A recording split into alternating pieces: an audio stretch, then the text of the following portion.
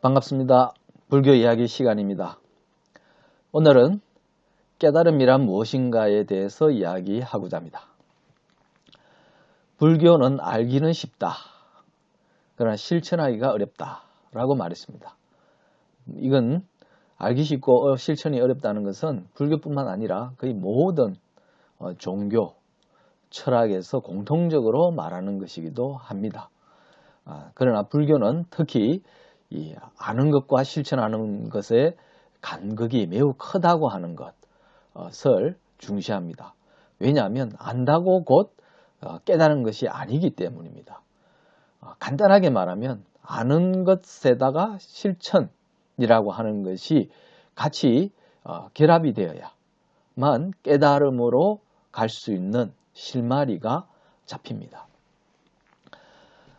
아나한의 경우에 부처의 제자로서 가장 많이 가르침을 듣고 또 기억을 할 줄 알았음에도 부처님 살아계실 때에는 깨달음에 이르지 못했습니다.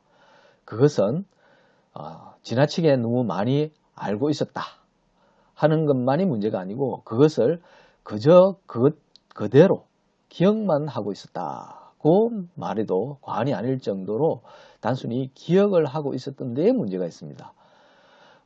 실천을 하면 결코 배운 대로 가르침을 들은 대로 그대로 쓸 수가 없습니다. 상대가 누구냐에 따라서 상황이 어떠하냐에 따라서 배운 것을 아는 것을 다르게 쓸 수밖에 없습니다. 말 그대로 활용을 해야 되고 변용을 해야만 제대로 배운 것을 쓸 수가 있고 따라서 그래야만 배운 것이 어떠한 것인지 진정으로 알게 됩니다. 그래서 배운 것을 또는 안다고 생각하는 것을 실천을 통해서 내 몸으로 마음으로 실제를 해보면 그때 비로소 이것이구나 하고 알게 됩니다. 그때 희열을 느끼고 기뻐하게 되죠. 불교에서 법열이라고 하는 것이 바로 그런 것을 가리켜 한 말입니다. 법, 그것은 다르마를 번역한 것인데 이것은 이치이기도 하고 배운 이치를 뜻하기도 합니다.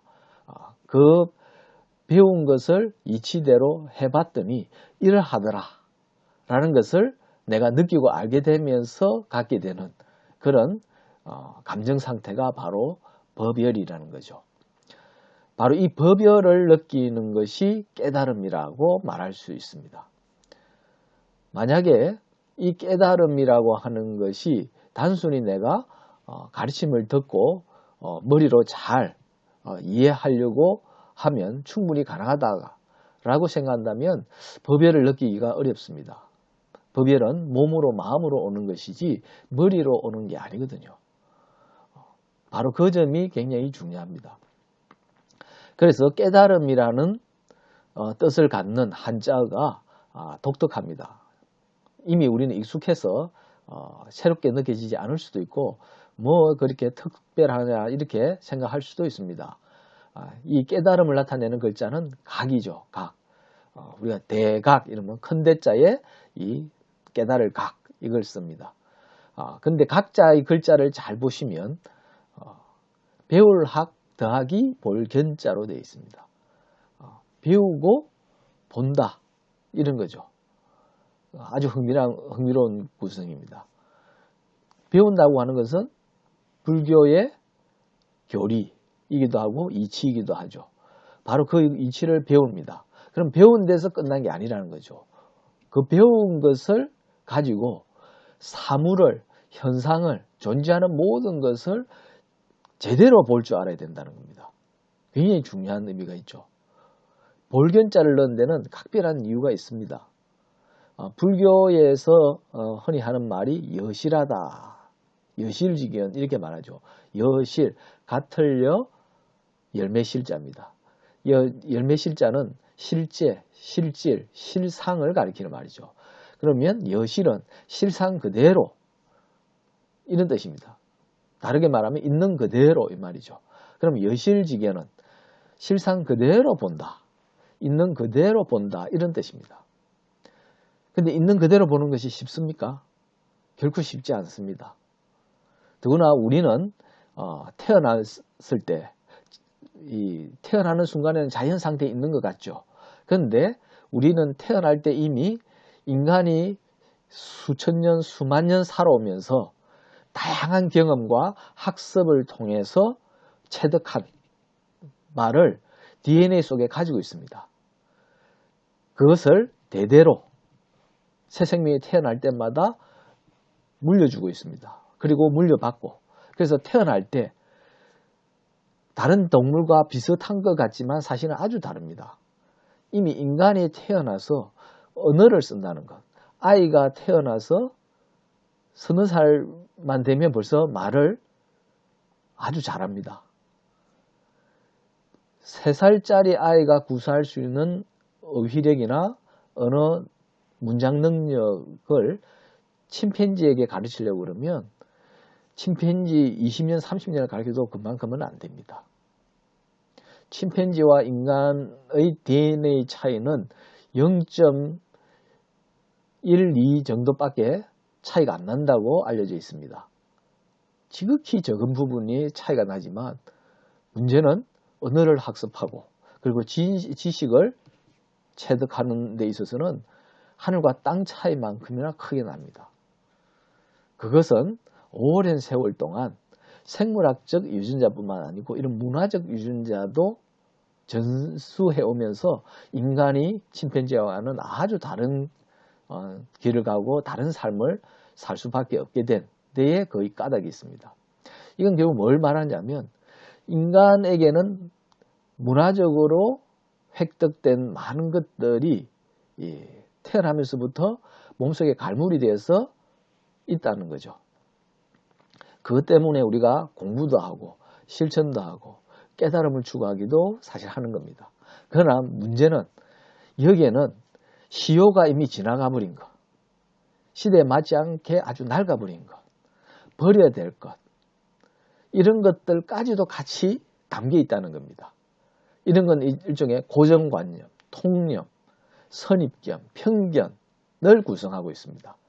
문제는 바로 이런 고정관념이나 편견 따위가 우리가 의식하지 못하는 사이에 작용을 하고 있다는 거죠. 그것을 스스로 의식을 하고 떨쳐내려고 하는 노력이 필요한데 그게 바로 공부고 실천입니다. 불교의 공부와 실천은 바로 그런 고정관념이나 통념이나 편견, 선입견 따위를 없애려고 하는 노력이기도 합니다. 그걸 없애야만 진정으로 깨달을 수 있습니다. 깨닫는다는 말은 바로 깨부수고 도달한다, 이른다는 뜻입니다. 순우리말이지만 굉장히 불교의 핵심 원리에 가까운 표현이죠. 자신을 스스로 깨야 됩니다.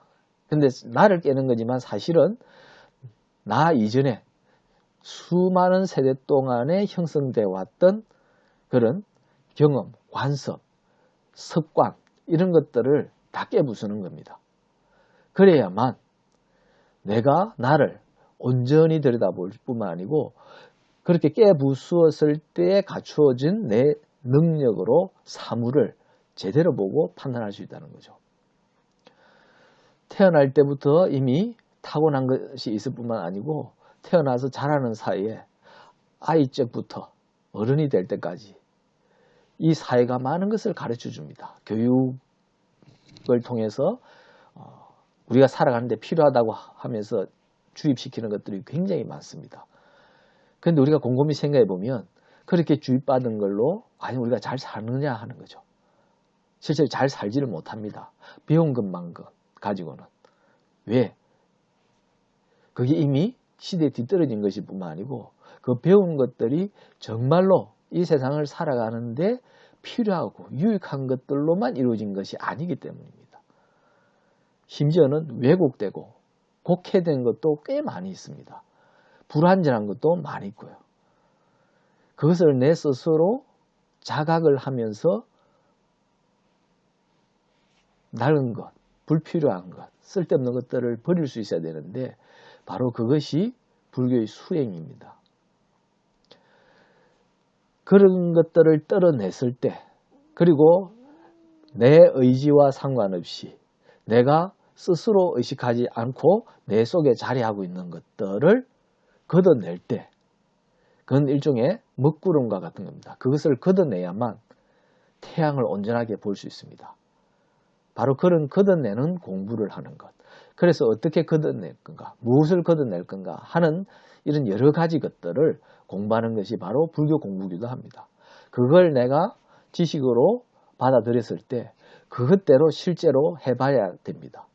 그래야만 전혀 새로운 시각, 식견을 갖게 되죠. 그게 바로 깨달을 각자에 숨어있는 뜻입니다. 그래야만 여실하게 있는 그대로 세상 사람들이 이렇게 봐야 돼 라고 공통적으로 주입해 줬던 그런 것들로부터 벗어나서 좀 더 자유롭게, 그리고 생생하게 사물을 볼 수 있는 그런 식견을 갖게 되는 거죠. 그게 바로 여실지견입니다. 그런 여실지견을 갖게 된 상태를 우리는 깨달음이라고 합니다. 우리는 궁극의 깨달음이겠죠. 바로 그런 게 깨달음이라면 우리는 비록 부처가 되는 최종적인 깨달음이 아니더라도 일상에서 작은 깨달음들을 구할 수 있고 얻을 수 있습니다. 조그만 것이지만, 하찮게 보이는 거지만 사실은 그런 것들이 내가 의식하지 못하는 사이에 나의 식견, 나의 사고, 나의 마음을 덮어 가려고 장애물로 작용을 합니다. 그래서 내가 사람을 만나도, 사물을 대하더라도, 현상을 마주하더라도 온전하게 파악하지 못하게 가로막습니다. 우리 흔히 말하죠. 가까운 사람을 더 잘 모른다. 한 가족 내에 부부끼리, 또 부모와 자식 사이에서 서로를 더 잘 모르는 경우가 많습니다. 왜냐? 가까이 있으니까 안다고 생각하고, 그러니까 아니까 더 알려고도 하지 않고 그냥 안다는 생각으로 서로를 계속 마주보고 대합니다. 근데 실제 그럼 뭘 아느냐를 물으면 머뭇거리면서 대답을 잘 못하죠. 왜냐하면 잘 알지 못했거든요. 잘 모르면서 안다고 생각해 왔습니다. 그리고 가족은 원래 서로 잘 알 거다라고 하는 잘못된 생각이 오래 자리 잡고 있었기 때문에 자신이 잘못 보고 있거나 모르고 있다는 사실을 잊어버린 겁니다.